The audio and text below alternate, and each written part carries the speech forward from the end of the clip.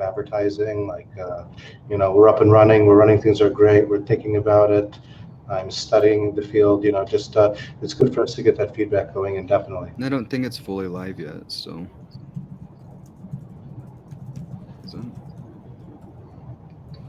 Okay, so I think we're about live.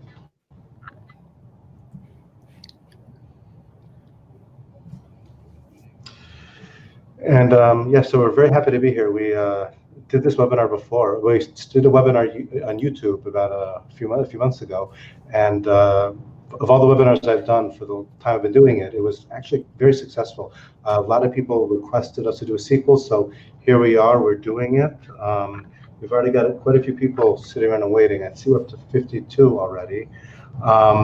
So of all the people that are waiting to join us and hear the webinar, let us know where you're coming from. I would also be very interested as well in hearing if you could describe in 3 or 4 words what your current state is with YouTube advertising or PPC in general. For example, I'm running video ads, they're running great, or I'm just trying to figure out how to crack it. I need some advice. To even I'm just studying it. I'm curious. Whatever. It's good to get that feedback from you guys to get it, to understand who we're speaking to and what you guys are needing. So I'm here with Brian, Corey, and Joe. Guys, where are you guys from? Just to let the audience get a bit of orientation about who we're speaking to. Where are you speaking from? Go, Joe. Oh, I was going to say, well, we'll go on the same way. Joe Martinez. I'm from Milwaukee, Wisconsin. Twitter handle @MilwaukeePPC. Looking forward to kick this one off again. These are my dudes. These are my YouTube dudes who I reach out to all the time. It's Corey and Brian. So as long as we can keep doing this, we'll most likely keep rolling out until you guys want us to stop, because we can talk about this stuff all day long. We actually do talk about this stuff all day long. It's true. Yeah, it's not like we actually do. So Bryant, I'm out in Utah, originally from Arizona. My Twitter handle is really hard. It's @BryantGarvin. Just in case. It's horribly hard, but I'm Corey Henke, originally from Los Angeles, but like Bryant, in the great state of Utah now, where the best marketers are here. So no, I'm kidding, Joe. I'm kidding, Joel. But yeah, super excited to be here. As Joe said, these are my guys, and we're here to bring it. So, please let us know your questions in the chat, and make sure to smash that like button. Yeah, for sure. Quite a few people here are actually into video advertising already. It looks like a lot of people are starting out. They're trying to, get it moving. So I think they really have a lot to gain here, because from the last one, some of the best practices that I learned from you guys, I found to really be true and invaluable. I got a lot of ideas for myself. But before we begin, the format here, we're gonna have 3 speakers. Brian's going to go first, then Joe, and finally Corey. I think we're pretty good. Are we going to, between each session, we might have 1 or 2 questions if something comes up. If not, we will save the Q&A for the end, where you'll be free to ask anything you like, and we'll discuss it here. Okay, so I think it's about time that I go ahead and do the formal presentation and introduction to the presenters. First off, we will have Brian Garvin coming in. Now, his first family, second, a lover of bacon, and third, an OG advertiser for Purple. He has 14 plus years of digital experience, passion for video advertising, which is why we're here, and blowing up e-commerce brands. Currently head of advertising at Chamber Media. He's a top 25 influential PPC expert by PPC Hero, a well-known speaker at many relevant conferences, and also participates in webinars such as these. Next we have Joe Martinez. He is the Director of Client Strategy for Clicks Marketing. He's a regular contributor to Search Engine Land, Marketing Land, and WordStream. He's hosted tons of webinars. He's also a well-known speaker, named top 25 influential PPC by PPC Hero as well, but for 2017, 18, and 19, so he's going strong. Finally, we'll have Corey come in. Corey Henke is founder at Variable Media. He's primarily focused on paid media across all digital platforms. Additional areas of focus our custom analytics for clients built in Power BI, organic social media. He speaks internationally on paid media, and specially focused YouTube and Instagram. And he's most recently presented at the Utah DMC in 2019. So Corey, Joe, and Bryant, I'm very happy and honored to be hosting you guys today. So I guess from here, we'll go ahead and start. So Bryant, you may All right. begin presenting. All right. Let's do this. Excited to be here again with everybody. In the last webinar, Joe and Corey and I realized we kind of brushed over some of the big important things about why you guys should focus on YouTube and why video advertising and stuff. And we just went into the meat. Like we skipped the pre-dinner, and it wasn't a 7-course. It was just like a full buffet of just like meat and potatoes. So I'm going to cover a little bit more of why you should be focusing on video, why we love video, and specifically why we love YouTube. So first off, a little bit about why you guys should care about what video can do for brands. Okay. Everybody's really familiar with the Google Trends chart, right? Memory foam mattress, that would be considered a head term, right? Top of funnel, organic, non-brand term there. And one of the big competitors that we had at Purple was Casper, right? They did pretty well until you throw in Purple, right? Started 18 months later and now gets more search volume regularly than a non-brand keyword. That's pretty freaking nuts, right? Also, here's another brand. Yeah, can you guys tell where we started video advertising for this brand? Anybody? Right? It's pretty dang obvious. And you can see that it consistently helps the brands grow when you're doing these things. That is the biggest power behind video advertising, and specifically YouTube, is instead of competing with everybody else on non-brand search terms, spending $10, $20, $80 a click, whatever it is for your industry, and just trying to do a text ad that has no emotional connection, video can drive that growth in the brand and in people looking for you guys. So why? Well, video is all about emotion, right?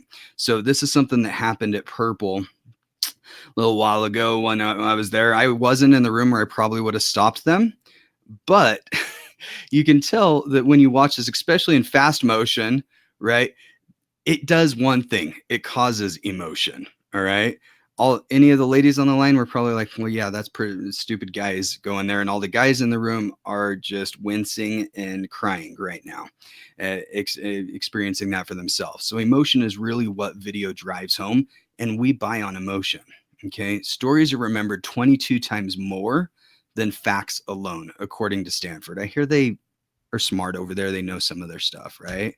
A Harvard business professor, Gerald Zaltman, actually wrote this book, How Customers Think, which essentially distilled down says 95% of all of our decisions that we make are made unconsciously or subconsciously. And that includes our consumer purchase decisions. Okay. So we're deciding what to buy before we realize we've decided to buy it. And then we're going out and asking our friends on Twitter, on Facebook, on Instagram, if they know about this brand or what they've bought before, going and checking out reviews on Amazon and doing all of that stuff. But we had already decided we wanted to buy it before we even realized we wanted to. And if both of those people, Stanford and somebody from Harvard, don't get your attention, maybe Pamela Lund will, one of the people in the industry that we love. She sent out this tweet about 2 weeks ago. A woman in line behind me just said, I keep seeing it on billboards and bus stops, so I felt like God was giving me a sign to do it. Brand awareness works, folks, even if deity gets the credit.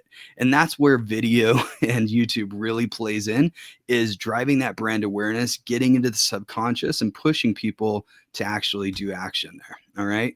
One of the dirty little secrets I want to let you guys in on viral videos for brands specifically, because hopefully everybody here is working for a brand of some sort. All of the brands that are doing quote unquote viral videos, it only happens if you put money behind it.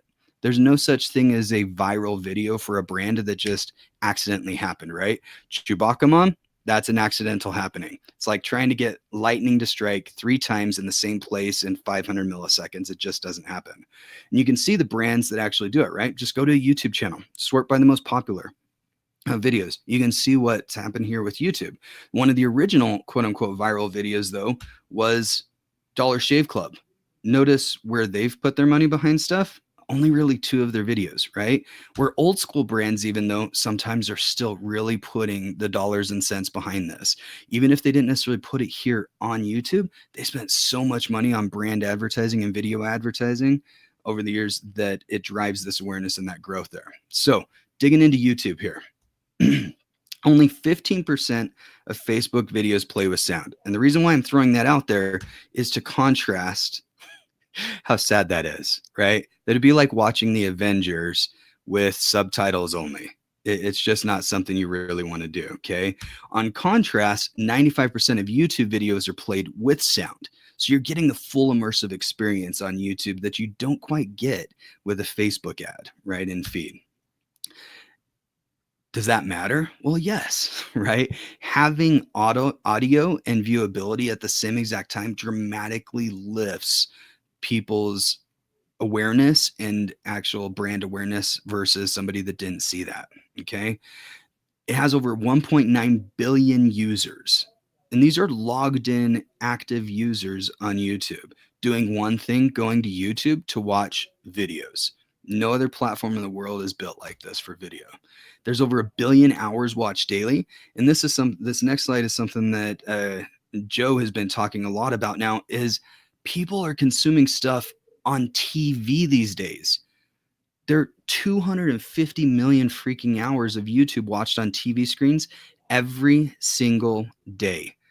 That's crazy. 250 million hours of people turning on YouTube instead of Hulu or Netflix or something else and watching those things, right? Like that's amazing when you think about it. 80% of people say they switch between online search and video when researching products to buy. So they're using video to actually figure out what products they should be buying. 54% of millennials are visiting YouTube on a daily basis. Okay. It's not TikTok. It's not Snapchat necessarily. 54% of millennials visit YouTube daily. They spend over 40 minutes. It's the most time spent on social media platforms that exist today. Okay. And 80% of 18 to 49-year-olds are on YouTube as well in any given month, signed in, active, right? 90% of people say they discover new brands or products on YouTube. And I'm assuming everybody watching this has a brand or a product that they're trying to sell today. So why wouldn't you want to be there? What's sad though is that like 68% are using this to make purchase decisions and only 9% of US businesses are using YouTube advertising. You know what that smells like to me, guys? That smells like bacon or opportunity, right? If 70 to 80% of people are actively using a platform to figure out what to buy, and only 9% of businesses are advertising to those people trying to figure out what to buy, it says, bacon I smell. So I also do voiceovers, just kidding.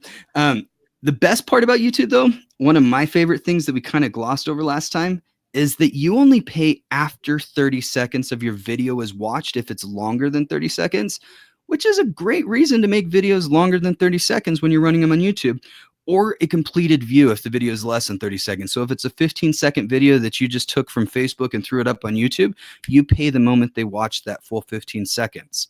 Whereas if it was a 2-minute video and they only watched 29 seconds of it, you wouldn't pay a dime, but you just got 29 seconds of them to interact with the brand, which is freaking amazing, right? Blowing my mind, exploding. But I'm going to actually show you guys a brand that leveraged this in practice. They know they only had to pay after 30 seconds. And check this out.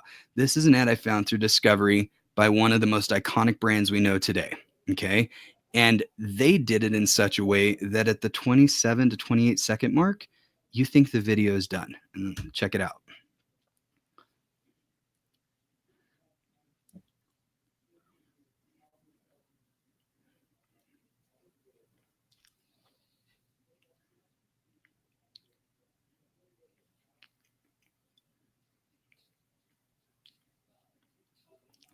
Good video, right?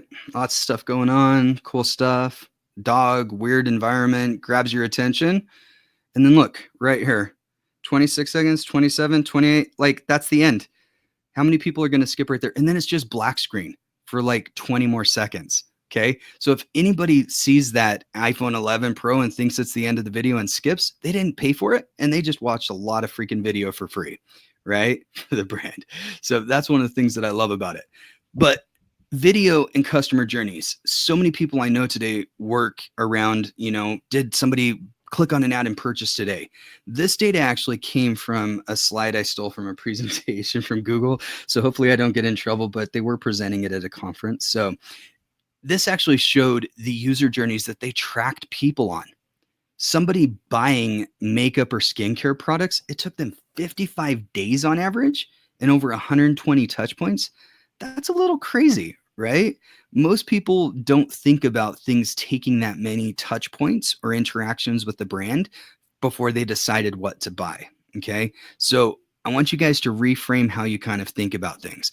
But also in doing this, that means you've got to start looking at things a little bit differently than what you do right now. One of the biggest weaknesses of YouTube for most quote unquote direct response digital marketers is the tracking of things. So they don't really understand how they're supposed to be tracking. I know we talked about that a little bit last time with Corey and Joe on some of the ways that we track things. But one of the biggest things that you want to do is understand that there is no cross-channel attribution inside of YouTube, okay, and Google. If somebody watches a video, and remember your video is showing most likely in front of the video they went on YouTube to watch, if they choose to watch your ad, they're most likely not clicking through to your website at that point in time. They're going to watch the video that they went to the YouTube in the first place for, right? Then later they're going to go search for your brand. And so one of the really important things that we figured out is splitting out your YouTube top of funnel account, the ones that are the cold audiences, right? You're excluding your remarketing audiences, people that have visited your website, people that have purchased, really trying to drive that top of funnel brand awareness. You want to break that out into a separate account with a separate conversion pixel.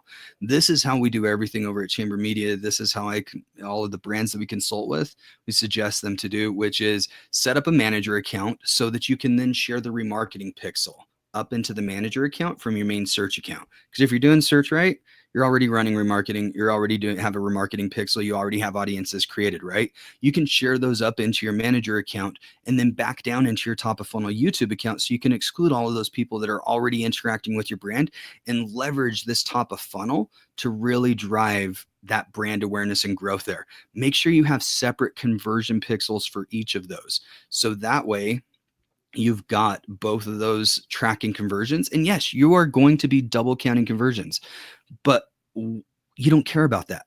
The reason why you want to do this is because if you don't, you get very little directional data on which ads and which audiences are working better than which ads and which audiences.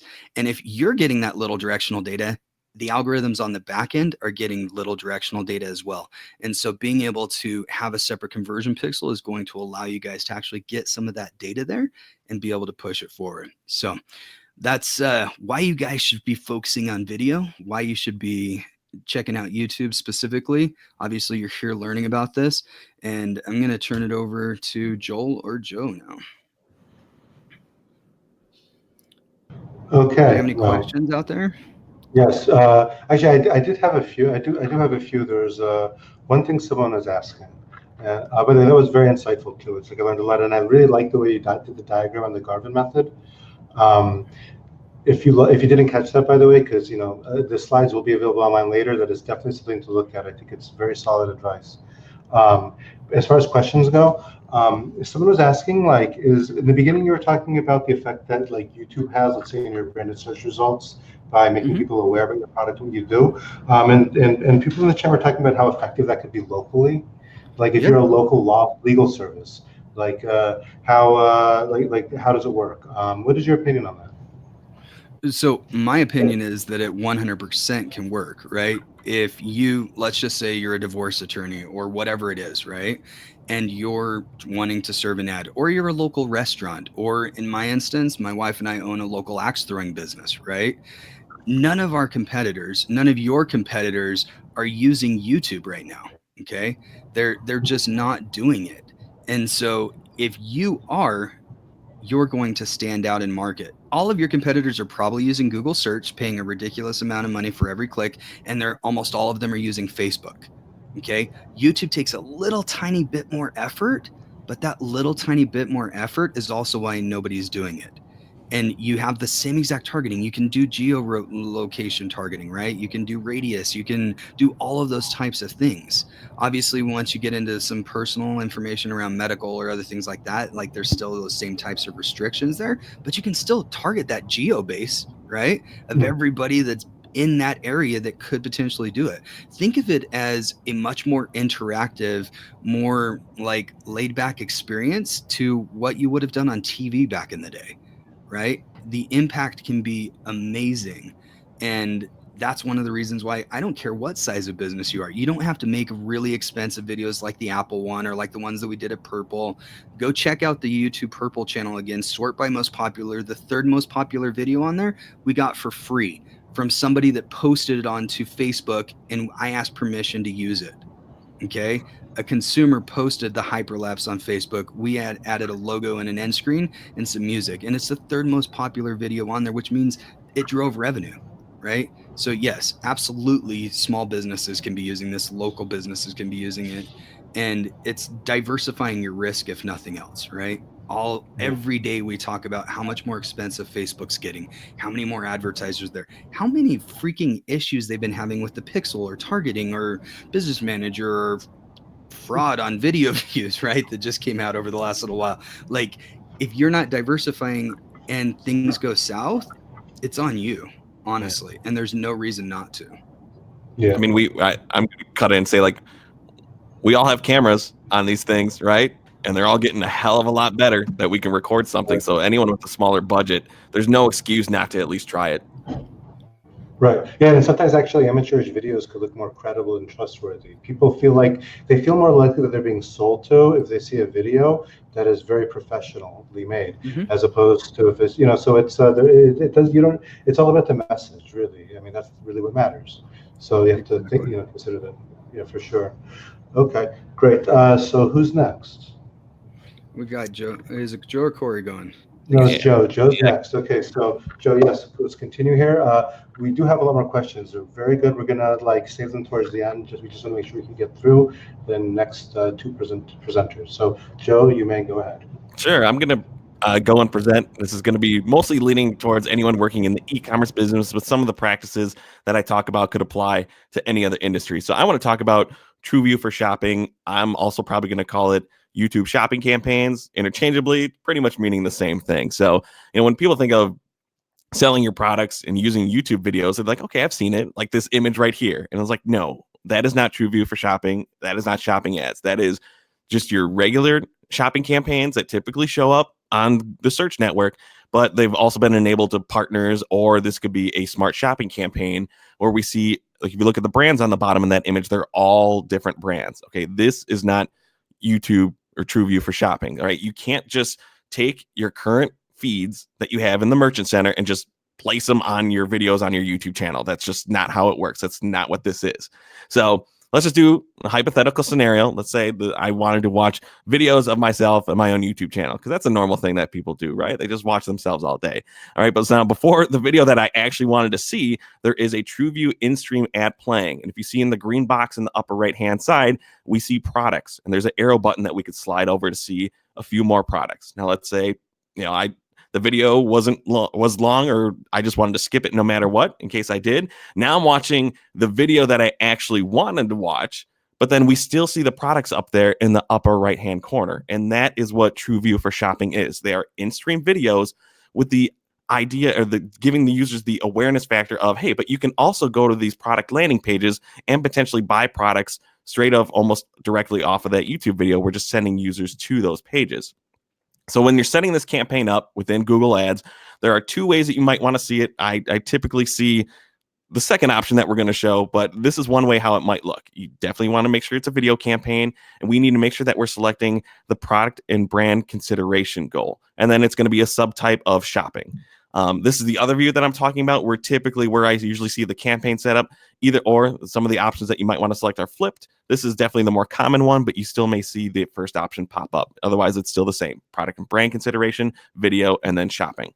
So here's where we want to make sure that we set the proper expectations. Brian kind of mentioned, like, this is tough for direct response marketers to handle, but Google flat out tells you, and they're right on this one. All right, we are encouraging people to explore your products or services. The end goal here isn't that they always buy, and they need to buy your products now. Again, look at the reason why people are going to YouTube is to discover. And these are in-stream ads. So they wanted to watch a different ad, a music video, a movie trailer, a cat video, whatever. And we're getting in front of them just to build that awareness that we have these products, and hopefully we're having the proper targeting audience, which I talked about in the last webinar, so go check that out. So if you're at least reaching the right audience, we're planting a seed, and that is the main goal. So just again, set expectations.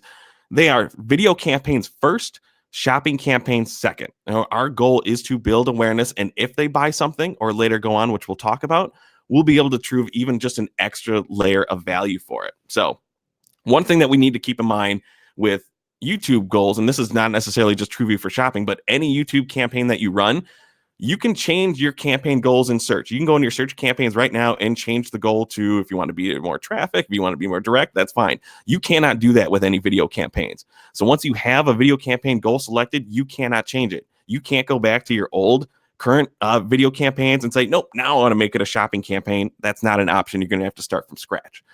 We only have a bidding option of CPV. No one's complaining right there. All right. We're not going to fight that one. So that's the only option we have. Another thing that might be different if you're also running shopping campaigns is that your products are selected at the campaign level. If you're doing any sort of shopping, even just regular shopping network campaigns, you can create one campaign and then create different ad groups for each of your products. Not an option with TrueView for shopping, so it makes it a little more tricky and a little bit more time consuming to set up a big strategy with your campaigns. So we have three options on how we choose our products. The first one is all products. Any single product that you have linked to your feed that is attached to this specific campaign. So one way that I found out that it pretty much works the best is for your dynamic product remarketing. If someone is visiting and looking at all the different products on your website and then they leave, get in front of them with a remarketing video, either buy those groups of products, or if it's a ton of different products, you just have a generic branding video, but then your products are going to be changing based on what that user looked at. We've seen the best return on ad spend, easily 500, 600, 700 plus I've done on few clients just from these types of campaigns, because the video speaks to that user. We're targeting someone who's already been to the website and we're showing them exactly what they looked at. So that one's pretty straightforward. The other option that we have is looking at specific products, and we can choose, handpick which products that we want to have on those videos. So there are a few ways that we can do it, all based on your feed. If you have your feed optimized really nice, we can just search by the title, the URL, or your product ID. And some things that we want to keep in mind. So this is what a product selection might look like when you're creating the video campaign. We can select up to 10 products.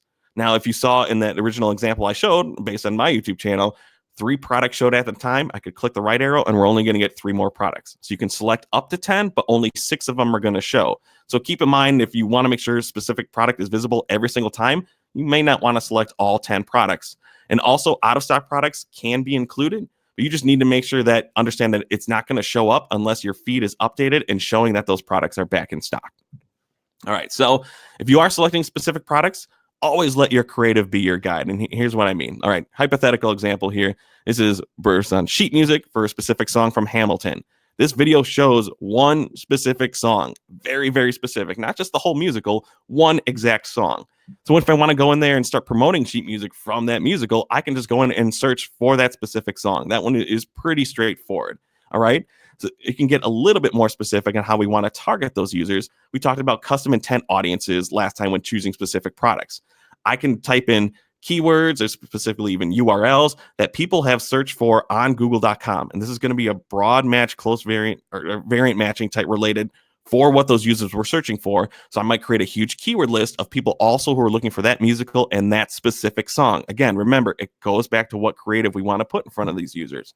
All right. And then if I'm searching again by those specific feeds and titles, we want to make sure, I think that was an error slide, but custom intent audiences that we were showing specifically, again, these people were looking for it on google.com, and they don't have to have any previous interaction with your brand at all. But we knew they were searching for a specific musical and a specific song title. And we know that they potentially will play music.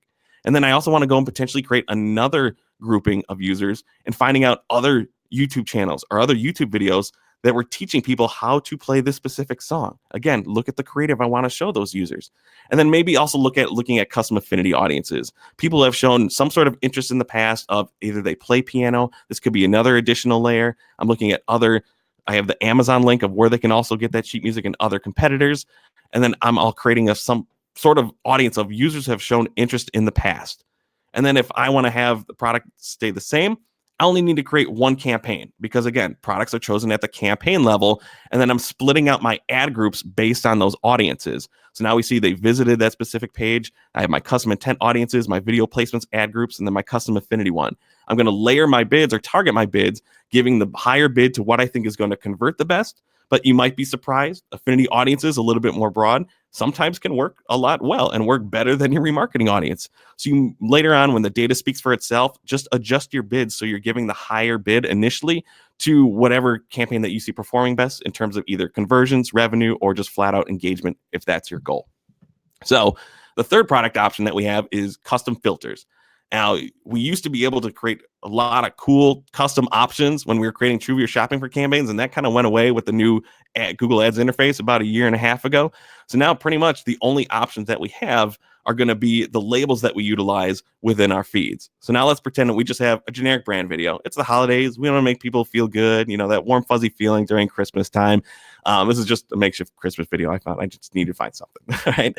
So if you have, again, we're sticking with the sheet music one. If you have a ton of different Christmas song options, all these different instruments, all these different notations, how do you choose just 10? If you just want to run a generic branding video to a wider audience, okay? Then we can pull from the custom labels. So anyone who's running shopping campaigns, if you're not using your 5 custom label columns, one, you're already doing a disadvantage to your normal shopping campaigns, but it's going to be a lot harder to kind of reach a generic audience that we can utilize for TrueView for shopping. So what we do is your custom labels. Let's say in this one, custom label 0 is Christmas. And then I can go back and any piece of sheet music that falls under the Christmas category, I don't have to search and pick one by one. They could possibly show up because I don't know what that user would like next. All right. And just keep in mind, again, like I have on the screen, you can only choose products again at the campaign level, and we can only select one label at a time. So if you want to select, if you have your labels by specific instrument in Christmas or just specific genre in Christmas, again, that's going to be a different campaign for every single one, a little bit more work, but again, it's all depending on how you want to segment those audiences. All right, but look at how we really test our labels. And while something generic like Christmas and we have Black Friday and labels 1 or 2, those are great. That's fine. But look at labels that are actually going to make you money, all right? And you have to actually, yes, you will have to adjust these on your feed. So if we want ones that were, okay, these were last year's bestsellers for Christmas, this is potentially a new one. This is the Christmas titles that usually make us the most money year after year. Use those labels, because even if you are reaching out to a new audience, you're still going to be showing them the product that most likely is going to get them to come to your website and later convert. And that is our main goal, is building the awareness that's going to have the bigger impact later on. All right, so then we'll be able to refresh those labels. And if your product's automatically doing it on the feed, then when we show our ads and the product changes, you're not showing the same ad or the same products over and over again. It's almost like a little bit of an evergreen campaign that we can run, but it's going to still change and provide something new except for the actual ad creative. Another additional layer that I like to use from an e-commerce perspective is we have good layers, all right? We're pushing the products that typically make us the most money, but then from a remarketing standpoint, we can add additional layers. So in Google Analytics, I can say, I want to create an audience of someone who has spent at least $100 on my website on this product category of Christmas at some point in the past. So if they do, that person spent $100 on Christmas stuff within the past year or so, however I send that cookie up to that 540 days. So if last year they spent $100, I want to get in front of these users again. I'm going to come up with a different Christmas video creative, show them the best new products for this year, because I don't know what they bought last year necessarily. And now I can get in front of the users who are definitely going to spend money because I can flat out see it within my Google Analytics. All right. And then products are chosen at the campaign level. So if I want to split out my audiences, or if I want to split it by products, I'm going to have to create a different campaign for each of these. And again, adjust your bids, adjust your budgets based on what you see performing best. So yes, it takes a lot of work. It's not for the lazy marketer. We still can't do TrueView for shopping and AdWord and Google Ads Editor. So it is a lot of manual work, but I usually say this a lot too. Lazy marketers shouldn't be rewarded. So if you have the hustle and you want to do it, you're going to see better impact for it. Split out your campaigns, test a lot of different product options, test your different creatives, and you're going to see a lot better results, at least in terms of engagement.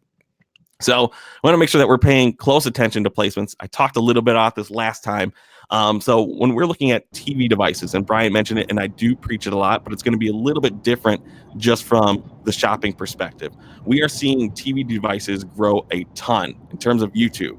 But if we're looking at these specific videos, take a look at this one for Apple Watch. Take a quick look, a couple more seconds. Then we're going to go to this next one for Geico. We really don't see much on the screen too, all right? What's missing are shopping cards or a lot of these overlays. So on TV devices, those really don't show. And from a shopping perspective, you're not going to see the cards at all. So yes, I want to make sure that my ads are typically on TV screens because you're going to get in front of a lot of users. But from my shopping perspective, I'm not going to do that. I'm going to actually exclude TV because I watch YouTube on TV from my Xbox and I have my controller.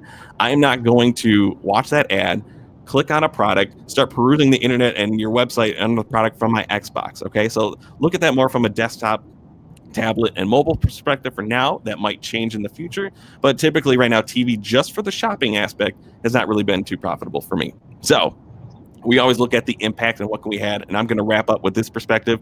Corey, how about we not stepping on your toes at all with any of this, but looking at what we can do beyond of what we can see within the channels itself. So embrace the engagement. All right. If we're running TrueView for shopping campaigns, look at your earned actions, your views, likes, shares, subscribers, people who've added your videos to the playlist. All these additional actions people take after they interact with your product ads or your shopping ads, these are going to be free, all free actions. And I'm going to look at my view through rate. How are people interacting with these videos? Pretty much everything you see on this video can be created as a remarketing ad. People who've liked your video after your shopping, TrueView for shopping video, I can remarket to those people with next step, either through display or search or other YouTube videos. And that's how we can really see the impact of guiding those users next step of the funnel.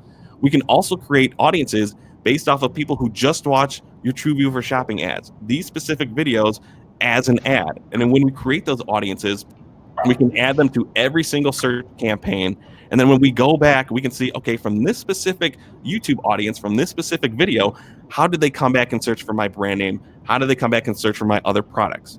Again, keep in mind, this is only going to be like if they interacted with your other Google ads. This is not going to show if they went to Bing, if they went direct, that. But we at least get some impact of, okay, they watched my TrueView for shopping ad.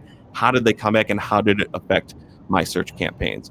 So there's ways that we can do it. It's not full beyond the trends that Bryant looked at, but we get some data that really shows the impact, and we can see right here. We see a higher conversion rate, a higher click-through rate. We see conversion value of someone who may not have watched or bought for my TrueView for shopping campaign, but they came back and converted and still bought a good amount of other things. So that's so we can kind of try to prove that value of building that awareness and promoting your products. That's all I had, and now it's going to be time for Corey. Yeah, that was very good. Thank you, Joe. Thank you, Joe. I have one really, really quick question regarding, okay, because you're speaking about targeting, you're speaking about showing ads to people. What about frequency? Like, do you play with showing someone an ad over and over and over again? I'm saying, like, because I think sometimes, like with TV, like seeing the message many times helps drill it. So I'm wondering, like, how do you manage that? Do you, let's say, use exclusion lists, such as if they've seen your ad before, exclude them so they could only see it in just a campaign targeting people to try to like get them to see it more? It's just a few of my thoughts. Yeah.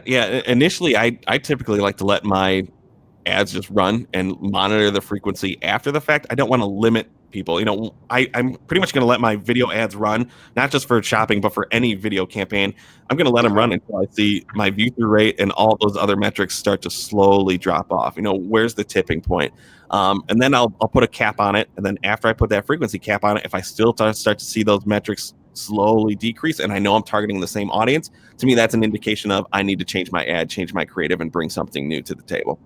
So what about using multiple creatives when you get to that point, having like rotating from one creative to the next? Yeah, we have done that. If you have the video creative to do it, there's ad sequencing within YouTube that is great. If someone even just has an impression, if someone sees a video, they don't even have to watch it. An impression, you can say, okay, then show them this next. Or if they watch this video, then show them this video. If they didn't watch this video, then show them a different video. And you can take these users on these different branded stories with your video campaigns.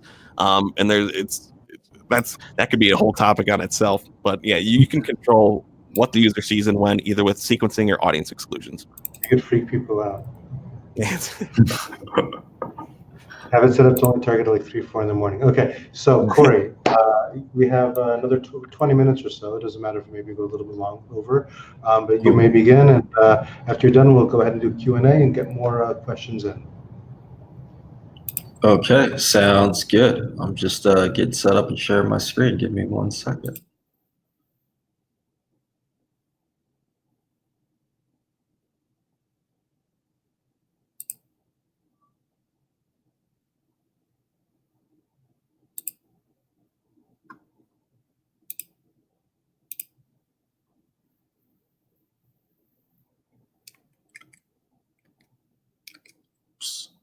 How does everything look, guys? Looking good. Looking good? Okay. Hi, everybody. It's very hard to go after Joe and Bryant. You know, I've known them for a very long time, so I'm used to it. But today in my presentation, we're going to talk really about user behavior first, a little bit about creative strategy, and then also about YouTube discovery. In the previous session, in session 1, I talked a lot about analytics and a lot about numbers. And I feel like I got a lot of feedback to, hey, Corey, you know, like I'd like to know more about creative. And so this is a deck that really focuses on, you know, why YouTube and, you know, some creative strategy. And also looking at what I think is going to be a very big change in terms of YouTube discovery that's coming very soon. So as we jump in, I want to talk about user behavior and first looking at this picture, because this is what it was like in the past, where the goal for brands, you just had attention and it was guaranteed. If you look at everybody in the audience, everybody is focused on these fighters. There's no phones, there's no distraction. It was all on one thing. And then when we fast forward to today, this is the world that we live in. Like, you can't get everybody to focus on one thing. Everybody is in their own zone. Everybody's got a cell phone. And so today, scale and targeting is readily available because we have the mobile phones in our pocket. And so what I want us to think about when we think about YouTube and we think about Facebook is, what do we go to these platforms for? And so I want the audience to just take a second and go, okay, what do I go to YouTube for? What do I go to Facebook for? And sort of like sit there and think about it and kind of say, oh, okay.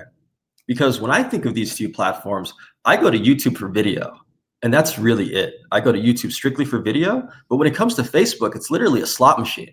There's no specific reason or direction why I go to that platform. It's more of just like, I'm looking for something to engage me based on what I know it's there, and I've had valuable experiences there. I might see friends' content. I could see an ad. I could see what my grandma did.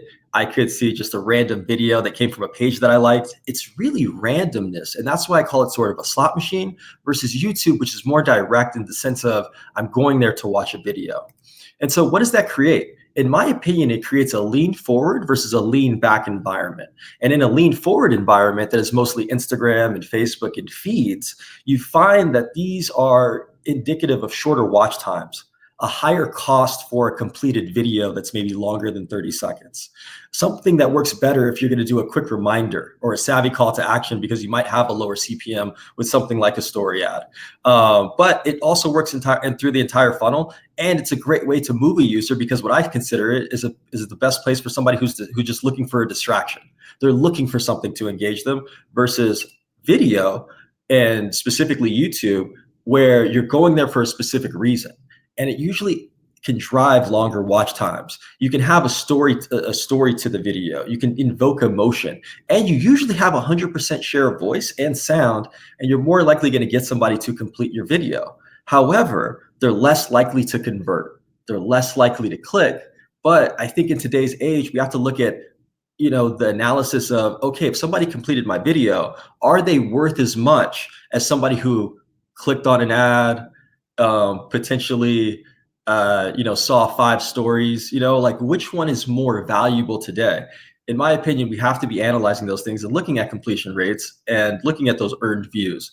So when we think about YouTube, and I'm glad Bryant brought this up in the beginning, in terms of looking at those first 30 seconds, this I think is still the most valuable impression on the web in terms of long form, because it's the one that you don't really pay for, right? If you could hook an audience in the beginning, engage them, illustrate your problem for your service or brand, then you establish your brand again, and then qualify that user.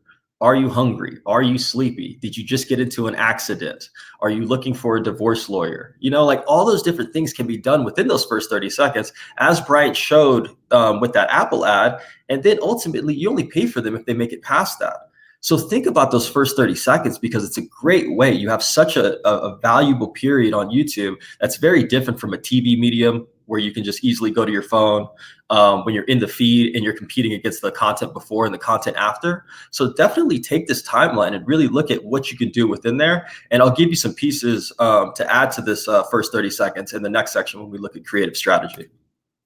So when we look at creative strategy, there's a few different pieces that we look at, and I'm going to show you 8 of them. We have about 30 of them, but I'm going to show you the top 8 here because I think these are kind of the most important. The first 2 on this slide would be music and actors. And I've linked the YouTube video here that you guys can screenshot and go watch. It's one of the highest view rate videos that we've ever got a chance to work on. And we think it's primarily because of the music in the beginning. But what also plays a role are the actors. The male celebrity, the female children, like how do these actors really mesh with each other? But then also like what type of music are we looking at introducing the video with that could possibly mold into later in the video. It all matters so much. And then next, with the purple example, I think that's great from a storytelling standpoint, right? Like what type of story are you going to tell? Is it going to be more humor focused, suspenseful, documentary style, or is it more of just like a face-to-face face-to-camera testimonial type? And then another important piece is the branding. When do I bring it in? That's one question that we get a lot. How should we, get our brand out there? In my opinion, it's got to be in the first 5 seconds. You want to take advantage of that before somebody skips to at least have your brand there. That impression still counts even if you don't pay for it. But showing the logo on the product or, just speaking the logo, speaking the brand, not speaking the logo, you can only see the logo. That could be another way to really get your brand across. Another attribute that we look at is just the creative devices that we have, right? We can use animation. One thing that I've been seeing used recently is that like we have these call to action buttons and people are getting very, used to them. Oh, I can go hide that. Oh, okay, I see the link at the bottom. That's great. But how about in the video, if you have like, a typing sound and somebody searching for your brand, or you can drive somebody to a Twitter hashtag or to an Instagram profile where we're used to these platforms versus your website where somebody might have to like learn that navigation or learn where to find things. I think one of the biggest things we're seeing is that your web page is more for people to educate themselves about your brand and buy something versus some of these social platforms, which is really the personality of your brand. And so which is a better place to send a user on that first touch? And then also you have actions and attention catching. And I really want to focus on attention catching because that's the best thing that you can do in the beginning of a video, in my opinion. This example here is looking at Aura Brush, and you can just go to Google or YouTube, and type in Aura Brush, and you'll see one of the brands that I got to work on very early. They were a category opener. They broke open the tongue scraping category, and it was all because of this bad breath video where they said in the beginning, in the first few seconds, how to tell if you have bad breath. Okay, I definitely want to know about that. That's the last thing that I want for the people that I'm around to deal with bad breath. But anything in the beginning, shocking noise, unexpected image, fast motion, these are all different things that you can do in the beginning of the video to really keep somebody engaged, to increase your view rate. So when we look at a study done by Google and we focus on the storytelling style, right? And in here, we focused on humors, suspenseful, and testimonials. You can see the difference between brand lift and VTR, which is view through rate. That's people that make it past 30 seconds divided by those that didn't make it past 30 seconds. So your view through rate, you definitely want to increase because that ultimately lowers your cost per view. The more people that make it past 30 seconds, the more YouTube and Google say, oh, okay, wow, that's an engaging video. We want to serve that more at a cheaper cost. But a humorous video is going to give you that brand lift and that view through rate. A suspenseful video, maybe just brand lift, but a testimonial really doesn't do you the best job because it's not necessarily what people come to the platform for. People come to the platform to engage, be inspired, or to be educated. And sometimes a testimonial can come off a little bit self-serving. So another Google study focused on brand presence. When should we bring in the brand? And it seems like bringing in the brand in the first 5 seconds is what I recommend, and also what Google does. But a user can notice that, and your view through rate can drop. That's okay. And when I think about it, just because I'm willing to take that view through rate drop because I'm getting that brand impression in there, and I'm not paying for it because that user might not make it till 30 seconds. It's still meaningful to me. But there are other ways to bring in the brand, like I mentioned, via audio, put the logo on the product. But when you don't put the logo on the product and you open up with that big just card of your logo, that's not a great brand experience and something that we would necessarily recommend. So hopefully that gives you a better understanding of different attributes within the creative that you can use. But let's talk a little bit about YouTube innovation. What we're so excited to really show today. And the first thing that I can show is that YouTube is investing in a vertical engagement like I've never seen before. You can run YouTube stories, you've got feed engagement now, and then you've got the YouTube vertical ad that they're now selling. And so this is an investment by Google and YouTube that I haven't seen to date, but it continues to get better. So one of the craziest ad units that I've seen is what's going to play here to the right, and you will see a movie ad, and that movie ad in a feed lean forward environment goes directly into a lean back environment when a user clicks on that ad and the video plays. So then now you go from a lean forward to a lean back environment. And this is something that we are testing now. We don't have the results yet, but it is very interesting to see how this works, because now you have a platform that has been primarily lean back for its entire lifespan, but now has a lean forward.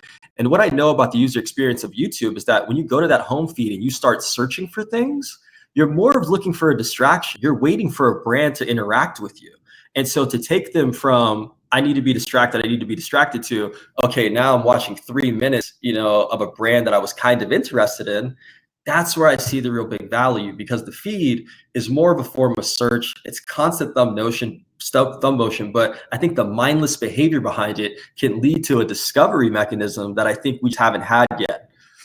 So when we think about the discovery ad, it's going to come in 3 places on YouTube. It's going to be in the home feed, it's going to be in the search results page, and it's going to be on the watch page. Unfortunately, though, we have some limitations here, because as these discovery campaigns are launched and they become in beta, we don't necessarily have the best analysis for this, right? Because currently there's no separation of placements or devices. And so that's limiting. But again, this is YouTube, this is Google with their smart campaigns, right? And our exclusions are limited. I can't necessarily exclude certain content. And so I don't know if big brands run to this unit. And so therefore, I think there's still advantages for smaller brands. But what we have seen is that if I look into the demographic area, which we have full capability, if I target only the unknown, right, and that's going to limit my ability to just target 18 to 24, et cetera, I could then limit Gmail, because most Gmail users are all Gmail users are logged in.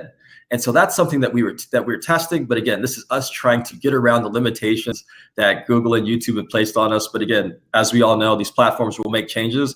It's on us to continue to go with the flow and continue to optimize based on what they do. So I hope you guys enjoyed. I really appreciate it. Thank you. And let us know if you have any questions. Okay, so took me a minute to mute the mic. Yeah, I have some questions. Actually, someone recently asked how long we'd recommend a video be to, let's say, generate leads, B2B leads, and I think you sort of answered that. I think before you're getting into the best practice storyboard or format for a video. Let's say someone had to make one video. What length would you recommend if they only were able to produce just that one? I'd say Longer than form. 30 seconds.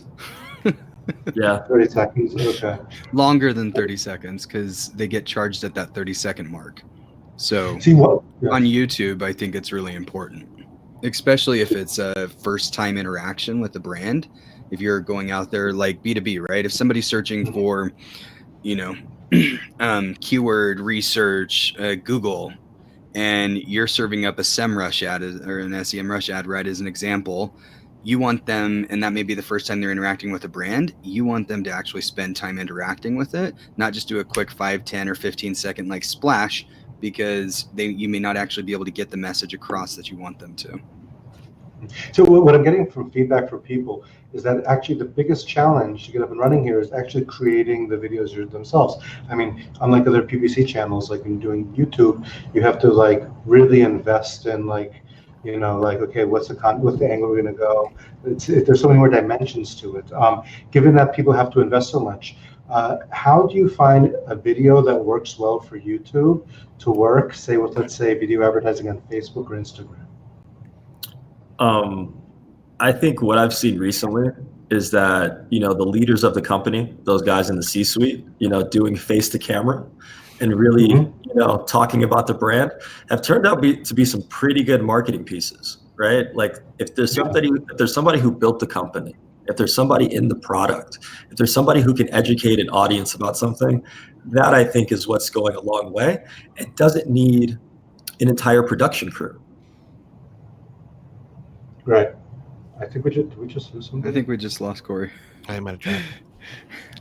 But following on with what Corey was saying, honestly, whether it's B2B, consumer, whatever, it can be really simple. It can just be you talking to your iPhone, right? Or your phone that's in your hand.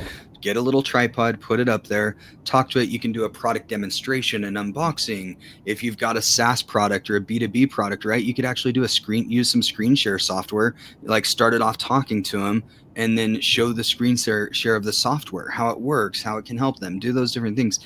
It is a discovery platform. They want to learn about things. And the biggest thing is everybody loves search because of the intent, right? They literally typed in what they were looking for. Now you can take that, what people exactly typed in, and then serve them an ad on YouTube, which they're not expecting. And none of your competitors are going to be showing in that same spot. It's just you. You get 100% share of voice in that instance, targeting those consumers that just search for the same things you're bidding on search. Yeah. Why would you not do that?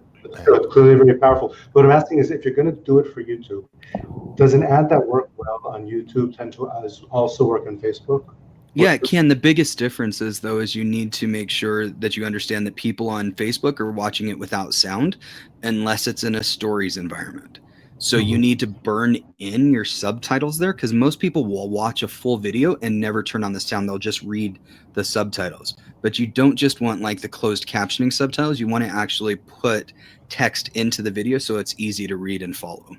And we need to clarify the difference, though, of what a video ad should be, though, for an in-stream discovery, because this kind of answers the first question with length too. If someone's going to YouTube search, and you can filter and target just YouTube search for your discovery ads if you want to, and then target just by keywords of what people are searching for, is I could go after, if someone's looking for a specific question or a specific topic and you have a product or your brand fits there perfectly, that's where the really long tail video can actually work out. We're talking like 10, 15 minutes. If someone's looking for a solution or something and you have it, and you have your video can satisfy it for 15 minutes and keep that user engaged, that's where you can embrace it, because the user was on YouTube typing in a video to watch for a specific topic. And that's where we've seen some of that video content related, because if you're bracing with discovery ads, you're paying for that click every single time. Someone clicks on that ad, you're paying for it no matter what. Why not have a long-tailed form of content that's going to keep that user engaged? You don't necessarily need that 15, 30-second ad format, because you're trying to get that free click. With a discovery ad, I want to keep that user there engaged as much as possible, because then they're focusing on my brand versus anything else on YouTube. Corey's back. Okay, good. I was worried for a second. He'll pop on. There's a lot of good advice I could. The other thing, sorry, really quick, one more thing. YouTube videos mostly are, even though they are doing vertical integration now, most people are still watching it horizontal 16:9. So your videos on Facebook are usually 4:5 aspect ratio is what they're kind of changing everything up to. So your aspect ratio may be a little bit different on Facebook versus, say, YouTube as well. Okay. Of course. And okay, I have one question before we go. Are there any preferred colors that are better for videos, such as green, blue, trust building colors that are, like for financial service? So I think that touches on color theory. For a specific industry too. Yeah, you have to show credibility and trust. So. Honestly, I think the content's the most important part. What color your logo is or your call to action, I think just needs to be on brand with whatever your brand values are and what your brand is trying to position there. But the content is what's going to grab people's attention. That first question you ask them. And that's one of the things, if you looked at a lot of those videos that work really well, the very first thing people are asking is a question. The moment you ask a question, our minds are subconsciously wired to try and answer that question. So you get a couple milliseconds of their attention where they maybe actually stick around for a little bit longer. So asking that question, again, somebody was trying to do competitor research on Google, and Semrush wanted to run an ad, right? You could say, hey, have you been wanting to do competitor research about what your competitors are running on Google, or some question like that? The person's going to pay attention. So I think that that's really important, is really the content that's there, not so much the button color or, your logo color or something else. I think it's a good point. Yeah, sorry, because like oftentimes we're gonna like you get into these there's billions of details. Sometimes people get into these little minute details that are not the focus. I mean, there is color theory out there. They say, for example, if you wear like a blue shirt, you look more credible. If you're going to court, the judge might trust you more. Like a red tie is one of power. So yeah, I mean that could be there, but you know what? I don't think Brian made a good point. That's not where you should be focusing your effort. I mean, it's like what's going to really make or break it is going to be the content. It's going to be like the message you're putting out there, and that's the big focus. And I think that's even more important than, of course, the quality. That's why now with the power of these phones, we could push out our own content without the need for an expensive production crew. I mean, we're kind of all empowered with this, and I think YouTube is going to just grow. It's going to become more and more capable, and more people are going to get the power of it. Which is amazing considering how long it's been around. YouTube's been around forever. But they finally started investing in the advertising side of it and leveraging some of their other properties and algorithms, and that's where I think the growth is going to come. What about YouTube? How is YouTube Premium going to affect things? Because I mean, now you can pay a little bit, you don't see ads at all.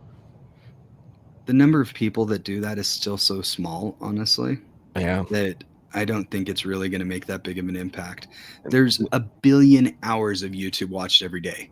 Yeah, there was like a stat like a year and a half, maybe almost 2 years ago now, that like over 400 hours of videos are uploaded.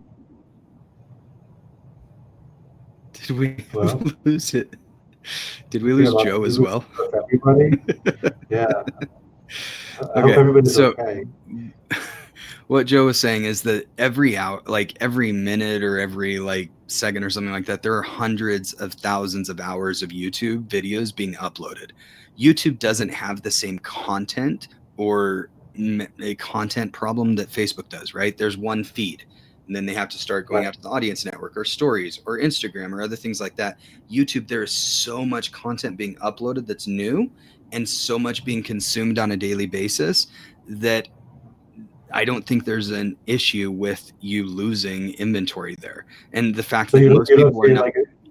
You don't think they will? Like, you don't think it'll be a significant I think if it happens, it will be years and years from now. Because again, it's not like Hulu, right? Where the ad is forced on you and you don't have an option to skip it. You have an option to skip these ads. And to the point where Google has even dropped the unskippable ads to only 15 seconds now, right? Like they are doing everything possible. Yeah, they doing the premium thing for those people that want to, but most people know they can just skip the ads. So what's the point in paying $5, $7, $8 a month to just be able to not have to wait 5 seconds to skip an ad? Like I don't. It's really. I have to tell you something. I signed up for the free trial. It's really nice. I'm not kidding. It's like I'm watching YouTube. It's like I never have to. It's like it's weird. It's like something feels different. You don't get interrupted all the time by ads. You don't fast forward and all of a sudden have to watch an ad before you get to where you want to go. For like a couple bucks a month, it's quite an experience. It kind of changes stuff. That's why I'm wondering like if more people will get on it. I don't think it will. More people will adopt it, but there's so much inventory available and so many people on there that I don't see an issue. It's the same reason why if you look at CPMs over the last couple of years on YouTube, they've basically stayed flat. What have CPMs on Facebook done? Right up, right? Yep. Like it's because there's so much inventory and so little advertising, right? It's a marketplace. Yeah. There's only 9% of businesses advertising. How many businesses as a percentage do you think are advertising on Facebook? 80%, 70%, 60%. Like, it's still a dramatic lift. And the content, there's only so many ads you can throw in your feed there. And even if everyone's cutting the cord and getting rid of cable and going to YouTube, not everybody, but that percentage is going up year after year too. Yes, if a few of them go to, YouTube Premium, fine, but a huge percent of that are not. So the YouTube usage is still going up at a bigger rate, even if people are even doing ad blockers or premium, whatever. That number is still not as big as the amount of people going to YouTube for their main content. Exactly. That's true. So it's still growing.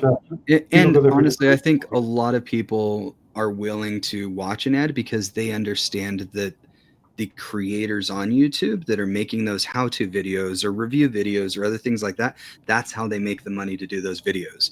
That's something that's been ingrained from the very beginning with YouTube. So I think a lot of consumers aren't as upset about having an ad here and there if it's supporting content that they really like. That's true. And it's but sometimes I feel like you get the same thing over and over again. Well, before YouTube Premium, it was a little bit annoying, like this guy again, or this company again. That's just bad exclusion from the advertiser. The advertiser. No, but there's certain, you know the ones. I think you probably get the same ones I get. I wouldn't be surprised. Like Monday, Grammarly. Yeah, Monday. Come on, I know them. I used to work at Wix. It's an option of Wix. Yeah. What? No, yeah, Wix as well, but Monday came from Wix. So again, they're down the road in Tel Aviv. But no, their ads are everywhere, and it's like, yeah, but it's kind of nice to kind of have that freedom in a way. But that's why I have it for now. Okay, so Corey, I don't know if we're going to get him back, and we're a bit over with time. Yeah. He's messaging in chat. Maybe we just do a third one that all we do is Let's Q&A. do a third one. Q&A. Right. Third one, just Q&A. Do you Yeah. guys just want some Q&A? If you want us to do another one of these and just do question and answer where you guys are just slinging stuff at us and we're answering, throw some comments in on YouTube and let us know. We're down for it. You know what the format could be, actually. I have to discuss this internally as well. It could be something where we take where what we promote is getting some case one-on-one consultations done. So let's say people submit okay, what is your question? What do you want to discuss? You get 5-10 minutes with this group of experts. People submit, and then we take a certain few, and those are the ones that maybe we'll address live. Absolutely. I mean, it could be a format like down that. with that. Yeah. Okay, We're down with any of that. Okay. Good. So it went very well. I appreciate it. We'll get on that third webinar. Thank you so much. I look forward to it again for sure. Corey, he's not coming, so he's commenting on the live right now, saying sorry, had some internet issues. No, I think it was We great. all know what really happened, right? No, not what's Nothing wrong with it. Okay, Sorry, guys. Corey. Well, it's been a pleasure. So, anything before See we you guys sign later. off?